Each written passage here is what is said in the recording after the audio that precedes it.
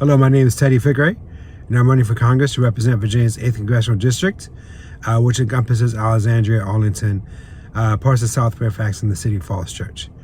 So it's been quite a journey since I decided to run for Congress about 7-8 months ago. One that saw a lot of twists and turns, but for me, the memories that will last are the amazing people that I've met along the way. When I first decided to run, I knew that I did not want to go the conventional route.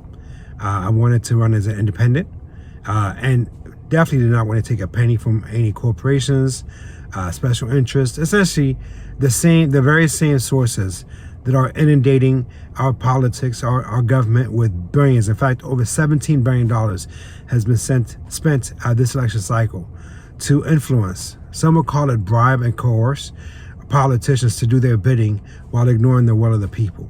So I wanted to do the opposite. But of course, that came with a set of challenges. That meant not being able to hire a bunch of staffers. So I had to collect all 1,500 signatures that I gathered on my own. I averaged about 35 to 45 a day, depending on how busy my day was, signatures that I would gather. This is in between working my full-time job, driving Uber part-time, and of course being a father of an amazing 3-year-old. So that's one of the obstacles I had to overcome. The other one is getting the message out. You know, there's a reason why more people don't run for office, and our political system has been basically co-opted or monopolized by these two political parties, and you had to have vast wealth in order to run. Congress has become a country club of millionaires that are working for billionaires, and everyday people that are busting their butts to make ends meet, that have to worry about this runaway cost of living, that have to worry about whether or not they're going to be able to keep a roof over their heads, are being relegated to the sidelines. Essentially, we're being gaslighted every day. We're emotional excitement, but all these things are meant to distract us from the issues that impact all of us. So that's another way that for me, that I was gonna decided to run something that was not politics as we know it. The playbook of politics is pretty simple. You carve out a base, which that by itself is kind of demeaning to be called someone's base. You carve out a base, which means your people, that your tribe, the tribe that you incite, you anger, you peddle grievances to, and then you point out the other side that's doing this to you. It's basically creating an us versus them, pitting people against each other, right? And all these things are being done to balkanize America, to create a gangland of red and blue states. And when people are divided, they're easy to conquer, and they're also very easy to distract. And that's what Washington, D.C., our nation's capital, has become. It's the seat of manipulation, of distraction, of division. And so for me, I wanted to do something completely different, because the truth of it is, whether you're black or white, left or right, gay or straight, a man or woman, Republican or Democrat, all these, it's a caste system. It's a caste system that is meant to convince people who are walking the same walk, who are going through the same journey, who feel the same level of economic uncertainties, anxieties, and for too many people, poverty, to convince them that somebody who is equally powerless is their enemy. And so I wanted to do something completely different than that. The truth of it is, irrespective of our differences, and true enough, there have been historical injustices that have not necessarily been fully accounted for. The quote-unquote other side is not the one doing this to you. The other side is not the foe, because the other side are people just like us. And I learned this lesson the hard way. 2 years before, I talk about this openly, not because it's my way of wallowing in the past, because truly, the fact that I've been able to overcome it as a source of testimony for me. But it is something that I draw upon because it's a lesson that I learned. 2.5 years of homelessness is what taught me to get away from the tribalism of us versus them, of seeing justice through the lens of our differences. Because before that, I used to do the same things that I now run against. I used to bash Republican voters. I used to collectively blame the ills of the world at the feet of white people, collectively. 2.5 years of hopelessness taught me that when it comes to pains, there are no boundaries. Nobody has monopoly on feeling hurt, feeling frustrated. And the truth of it is, almost all of us are in this meat grinder together. Whether or not somebody occupies the bottom of the meat grinder and they're actively being ground into dust, or their turn has not come and they're kind of a little bit above. But the truth of it is almost all of us are in this meat grinder where every day the wealth and resources of this country are being transferred upwards into the hands of a very few, and poverty is being socialized. So all of us are 1 or 2 missed paychecks away from homelessness. I talk about this not from a place of theory, but from a place of reality, because that's exactly what happened to me. You know, the truth, you know, for me, to go from a place of working for, I used to work at this company called Booz Allen Hamilton, making over 6 figures as a defense consultant, working at the Pentagon, Fort Belvoir, and up and down the National Capital Region, as they call it in this area, and supporting multiple agencies within the federal government. To go from that level of I call it what it was, a life of relative privilege, to go to homelessness is something I would have never thought would happen to me. But I lost my job in 2014, made some unwise business decisions, and quite frankly, personal decisions. And shortly thereafter, I became homeless for 2.5 years. Almost all of us are 1 or 2 missed paychecks away from that level of despair and dejection and privation. And so this is the reality that's facing almost all of us. 70% of Americans are living paycheck to paycheck. The net savings of the average worker is zero. Inflation is going through the roof and impacting all of us. Unless you happen to have enough money accumulated that you're able to outstrip or escape the gravity of inflation, the rest of us, whether you're working class, middle class, upper middle class, we're all in this enmeshed in a system that's squeezing us financially. But yet our political system is geared towards emotionally manipulating people, to just lighting people's angers on fire. And Democrats, Republicans do this equally. This is whatever a politician says when they say we need to get beyond us versus them, or they talk about how polarized America has become. The truth of it is they are, by virtue of being a part of the political parties that they're serving, Republicans and Democrats are factions, and factionalism is tribalism. That is, in fact, what is polarizing people. We elect politicians not based on their ideas, but based on their brand. And not because of merit, but because of the status within their party. But these political parties have proven time and time again that they're captive to multinational corporations, that they're captive to billionaires, they're captive to entities that have no interest in America, to be honest with you. There's no loyalty to Amazon or Microsoft to America or to the American people. Their loyalty is the bottom dollar, and they will sooner sell the soul of this country down the river to make the next marginal dollar. And this is what essentially both these political parties are doing. They're working for these interests. And the truth of it is that these two political parties are corporations themselves. And this is why America is going backwards. For the first time in this country's history, this generation is going to be doing worse off than their parents' generation. So you have now students going to school, getting 6 figures in debt, and they come out working at Starbucks as waiters. And myself included, people like me in their 40s or 50s or beyond, who are now working 2 jobs. So I have my background. I have an undergrad from George Mason, an MBA from Johns Hopkins, all kinds of credentials, but yet here I am working. And there's a reason why I'm recording this video in my car. By the way, I take pride in the fact that we have basically a low budget campaign. We have volunteers who are also workers. There's 8 of us that eventually came to this campaign because they saw in it what more and more people are seeing this campaign as well. There's something fundamentally different than what we have today. It's not about a politician who says no more us versus them, only to go on and use rhetoric that is in fact pouring fuel on us versus them, or politicians that say profits over people when in fact they are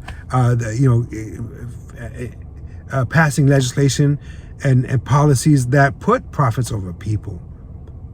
It's about everyday people.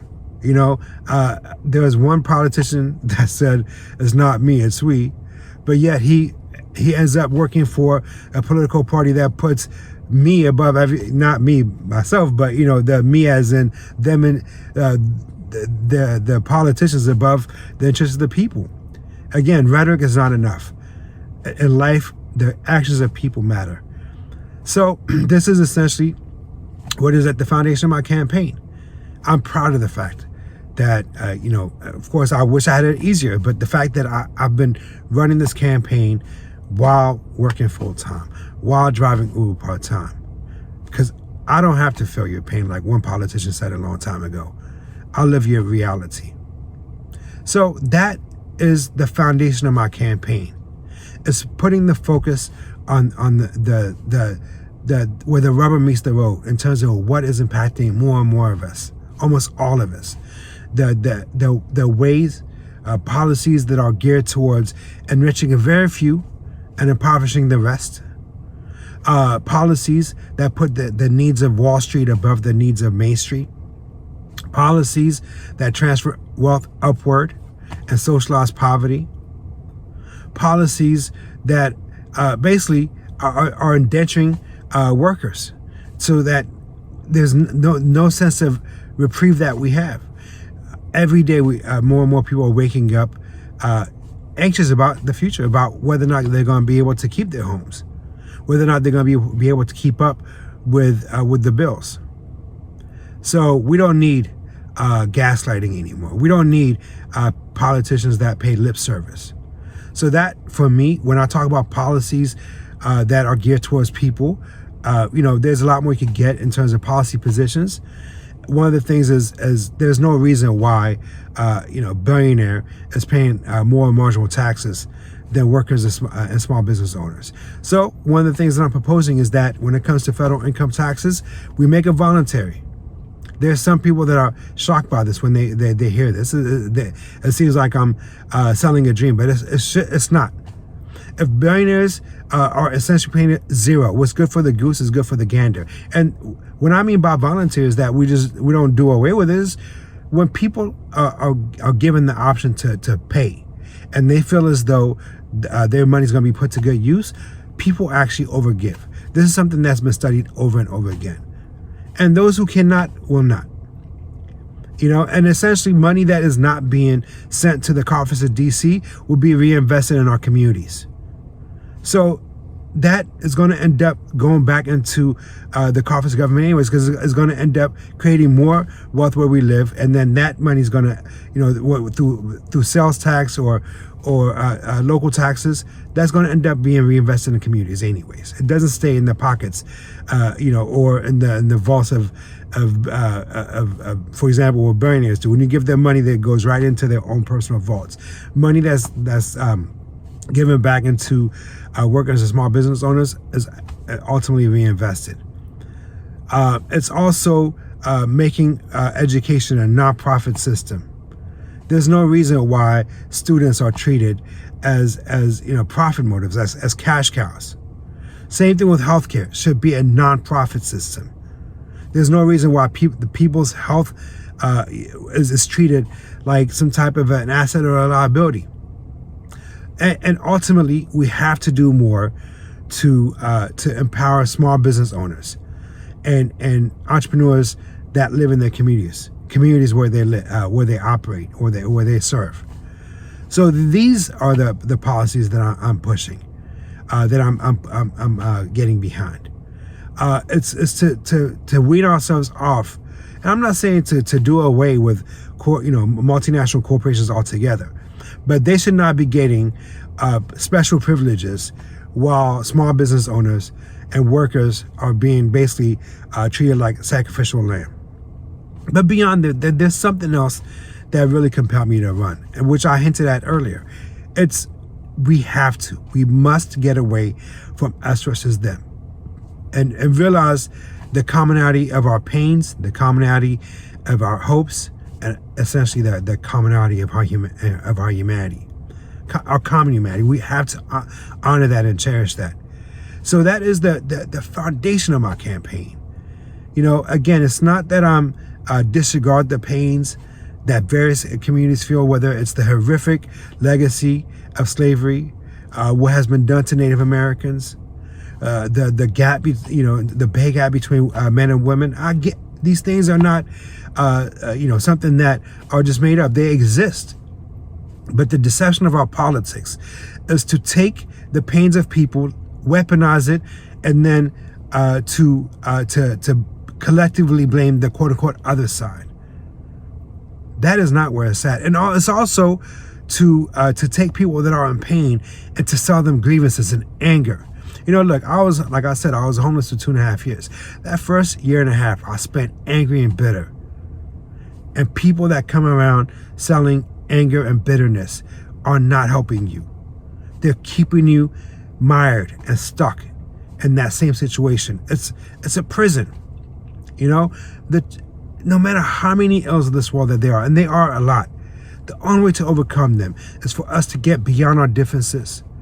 It's love that overcomes evil. It's empathy that overcomes evil. It's not anger and bitterness and blaming people who are also in the same boat. And even though our experiences might be different, our backgrounds might be different, pain is pain to the people that are feeling it. And so just because I'm in pain does not mean I get a right to dismiss the suffering of other people. That does nothing but stir up even more anger, more division, polarizes people. And then one side goes to their demagogue. The side that feels aggrieved goes to their demagogue. And that's how nothing gets done in America. And that's how we keep going backwards. The truth of it is, the way to overcome and to heal as a nation. In fact, one of the mottos of this campaign is heal America together. It's through togetherness. It's not through the soft apartheid that we have in America, where everything is sliced and diced through the prism of our differences. So that is what's really compelling me to run for Congress, to spread that message. And whatever happens come Tuesday, win or lose, that is what I'm going to stand on going forward as well. I think America is ready for a new direction. We've had enough of divisiveness, of politicians that talk about they're doing this to you, they're doing this to you. It's a lie. It's a lie. The truth of it is, people on one side, whether they gravitate towards Trump or Biden, they do so because they're in pain. And demagogues know how to emotionally manipulate people that are in pain. People that are not sitting at the policy table are not your enemy. They're powerless too. They feel disenfranchised too. This is the thing that whether it's Fred Hampton, Martin Luther King, Malcolm X, Bobby Kennedy, they all came to the realization that it's through overcoming the social divides and political divides that we can make advancements in this country. It's not about balkanizing ourselves and further embedding ourselves in the caste system that is. So that is what Fikre for VA is all about. It's not an accident, by the way, that my last name Fikre means in Amharic and in Ethiopia means my love.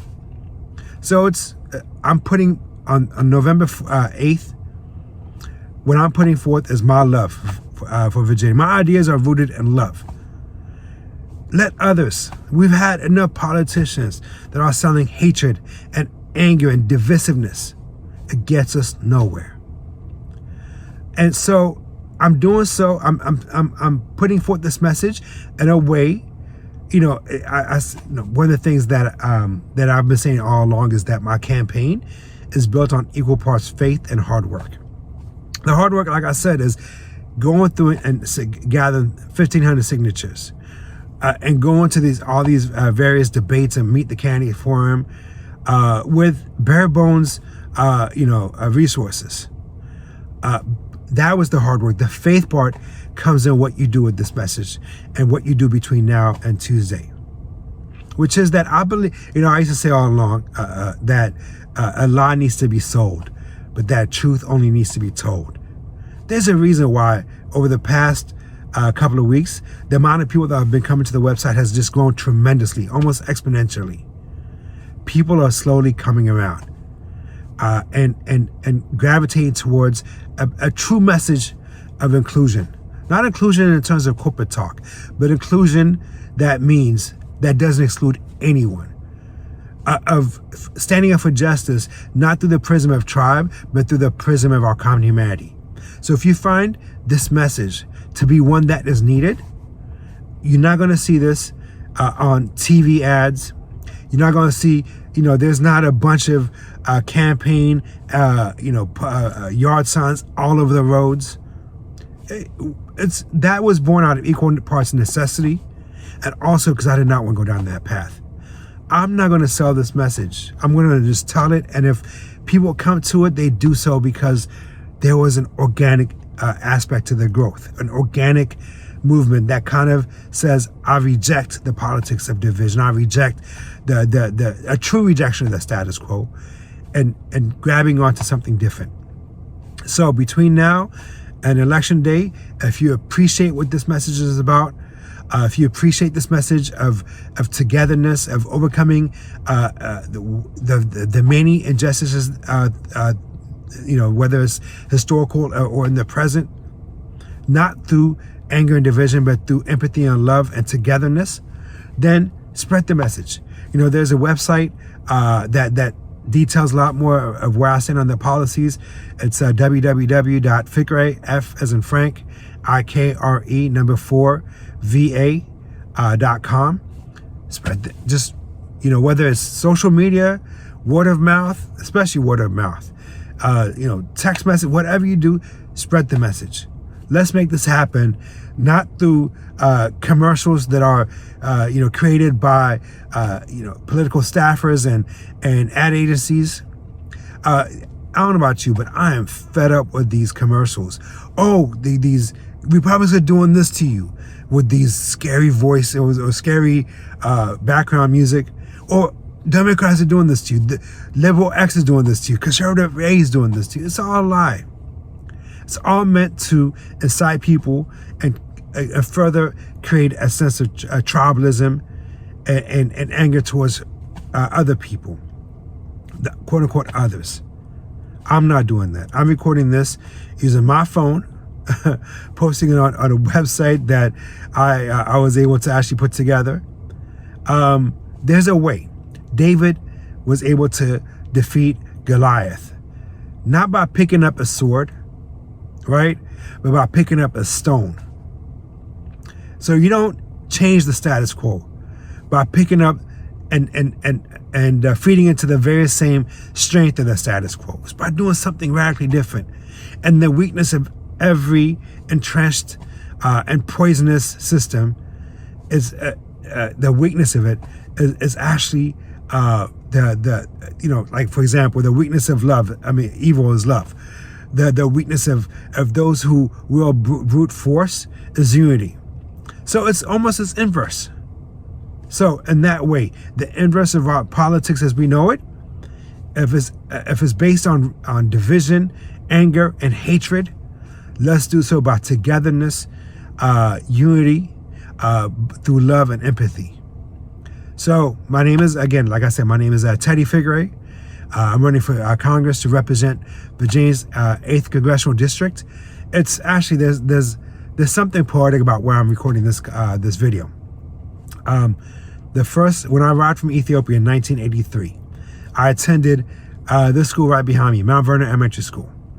And so this is why I also decided to kind of launch the campaign and gather a lot of the signatures as they're coming back home.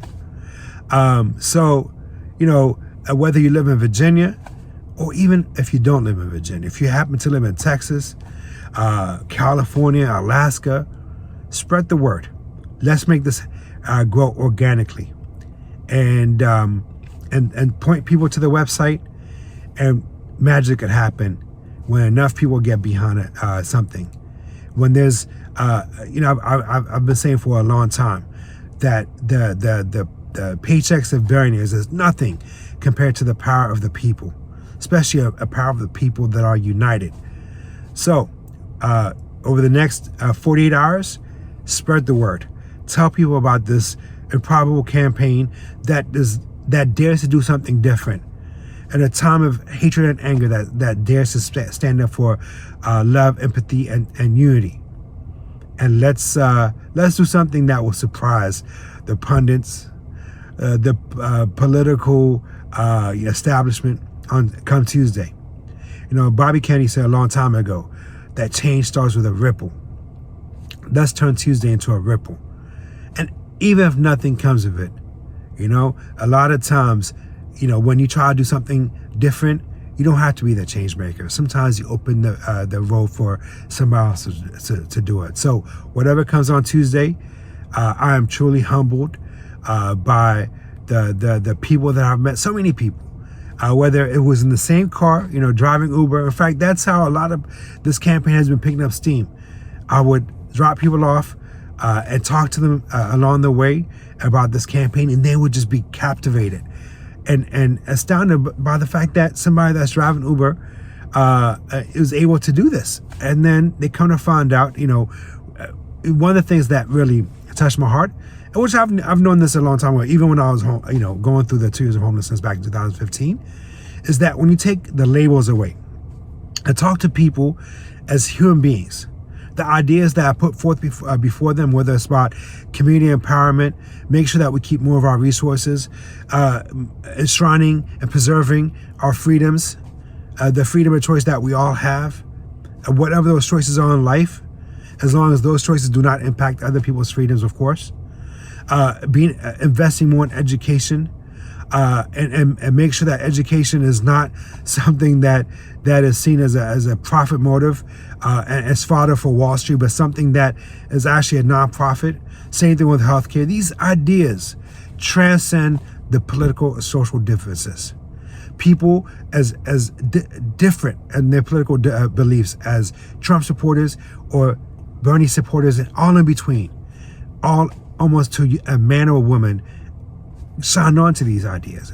That's because I was not, selling out these ideas as a Democrat or Republican or as a liberal or conservative, but talking to people as a human being, and without putting labels on people and without putting a label on myself. So that is the challenge before us, to get over these labels, to get over these differences and divisions, and see each other as fellow Americans, and more importantly, as fellow human beings on this common walk. I interviewed somebody a long time ago, Marcia Dyson, when I was homeless, in fact, and she said something that stuck with me to this day. The commonality of our pains and the commonality of our joys. There's the commonality of our experiences here. Whether it's here in America or throughout the world. Human beings, there's a saying about e pluribus unum, out of many one. Truly it's the other way. Whether you're a person of faith or science, human beings come from one and we became many. So then we are one. So let us honor that, what we have in common, instead of using our differences to bash one another. My name is Teddy Fikre. Again, I'm running for Congress to represent Virginia's 8th Congressional District. You can find out more by going to www.fikre, FIKRE4VA.com. Thank you for everyone that's voted for me, that will vote for me, and for everyone that has been supportive throughout. God bless.